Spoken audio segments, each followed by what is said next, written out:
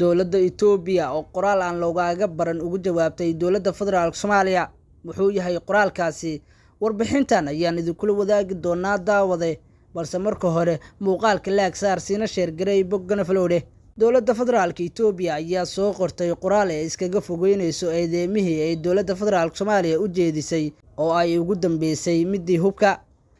war-saxaafadeed ka soo baxay wasaaradda arrimaha dibadda Itoobiya oo ku qornaa afka Soomaaliga ayaa waxaa lagu sheegay in Itoobiya ay si dhow ula socoto weedhaha kicinta ee soo noqnoqda ee ka soo yeeraya dowladda federaalka Soomaaliya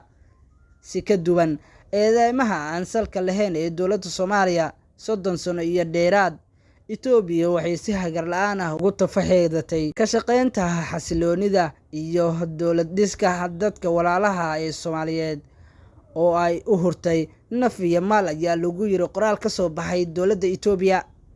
Itoobiya ayaa sidoo kale sheegtay inay aad ugu xun tahay hadallo ay ku tilmaamtay kuwa aan loo meel dayan iyo mas'uuliyad daro oo ay ku kaceen marar kala duwan madaxda sare ee dowladda federaalka Soomaaliya si ay qalqal u galiyaan doorka togan ee dowladda Itoobiya ay ku leedahay dowladnimada Soomaaliya ayaa lagu yiri qoraalkan ka soo baxay dowladda Itoobiya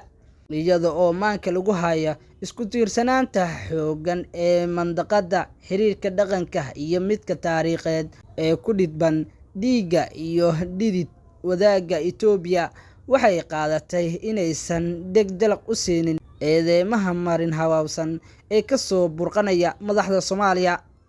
waxaa kaloo qoraalkan loogu jawaabay dowladda federaalka Soomaaliya lagu yiri Itoobiya oo u muuqata gardarada eedeymaha qaawan ee lala daba socdo waxay haddana door biday inay qaado helinta samirka qalaada togan iyo baxnaanada danta guud ee dadkeena amarnaba kala maarmin sidoo kale waxa Itoobiya walaac ka muujisay ganacsiga hubka fudud ee ku soo qulqulaya geeska Afrika loolanka colaadeed ee ka aloolsan xeebaha iyo sidoo kale xuduudaha aan amnigooda gacanta lagu hayn xilli dhawaan hub la sheegay inuu ka soo gudbay dhanka Itoobiya lagu biliqaystay degmada Caabudwaaq ee gobolka Galgaduud Itoobiya waxa ay sii wadi doontaa isbarbartaaga walaalaha Soomaaliyeed si loo xaqiijiyo higsigooda ah helitaanka nabad waarta xasilooni horumar dhaqaale iyo iskaashiga gobolka ayaa lagu soo gabagabeeyay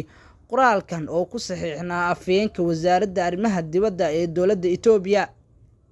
waa markii ugu horeysay oo qoraal af Soomaaliya ka soo baxay wasaaradda arrimaha dibadda ee dowladda Itoobiya kaas oo jawaab u ah dowladda federaalka Soomaaliya bilihii ugu dambeeyay waxaa kacsaneed xiisadda labada dal ee Soomaaliya iyo Itoobiya iyadoo ay qayb ka tahay maamulka Somaliland taasoo doonaysa in ay noqoto dal ka madax banaan dowladda federaalka Soomaaliya waad ku mahadsantahay daawade haddii aad halkan nala soo gaartay waxaan kaa codsanayaa inaad muuqaalka laag saarto siina sheer garayso boggan aad follow tiraado saaxiibadaadana aad la wadaagto muuqaalkan